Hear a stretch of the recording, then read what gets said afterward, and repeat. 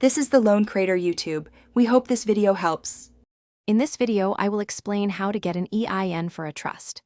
An employer identification number, or EIN, is a crucial 9-digit identifier assigned by the IRS.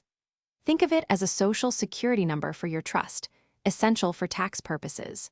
Trusts absolutely need an EIN to perform fundamental financial actions, such as opening bank accounts, reporting income, and fulfilling various other legal and financial obligations. Understanding its importance is the first step. To apply for an EIN, the responsible party, typically the grantor or a trustee, must be the applicant. You will need specific details, including the trust's full legal name, its complete mailing address, and the name and social security number of the individual responsible for the trust.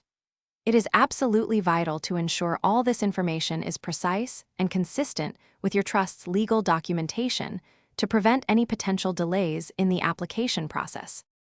The most efficient and recommended method to obtain an EIN for your trust is by applying directly through the IRS website.